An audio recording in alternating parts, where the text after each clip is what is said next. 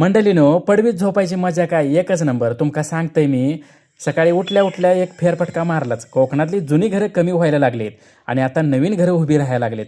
पण नवीन घरांमध्ये सुद्धा कोकणी ठेवा आहे तो जपलेला आहे. बाकी वातावरण एकदम दमट आहे. नारळी पोपळीच्या बागा, आंबा, काजूचा वास तर सगळ्या गावभर दरवळत असतो सध्याला. काजूच्या बियांच्या पोटल्या घरभर लटकवलेल्या दिसल्यात.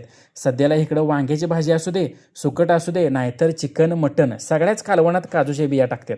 घरचा किराणा माल काजूच्या बियांवर घेतात. डाळी, साखर, तेल आणि बरंच जिन्नस काजूच्या बिया देऊन खरेदी करतात.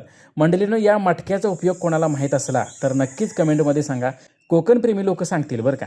आगोटची तयारी पण सुरू केली आहे. म्हणजे सुक्की मच्छी पावसाळ्यात येत नाही ना, म्हणून आत्ताच सगळ्या प्रकारच्या सुक्या मच्छ्या घेऊन ठेवायच्या. कारण या लोकांना मच्छीशिवाय अन्नाचा घास जात नाही. पावसाळ्यात खेकड्याच्या सोबतीला सुकट नाहीतर बांगड्याचा टकोरा असला की नाही, 4 घास जादा ओढतात.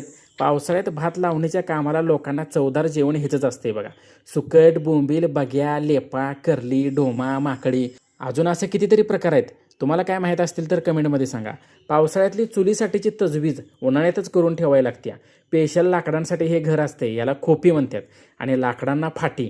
मुंबईवाले सगळे सुट्टीला गावाला येतात आणि आता परत गेले की मग डायरेक्ट गणपतीलाच पुन्हा येतात. मित्रांनो, कोकणातले अजून बरेच व्हिडिओ येणार आहेत. तोपर्यंत ह्या व्हिडिओला लाईक करा आणि आपल्या ओजस युनिव्हर्सिटी पेजला फॉलो करा.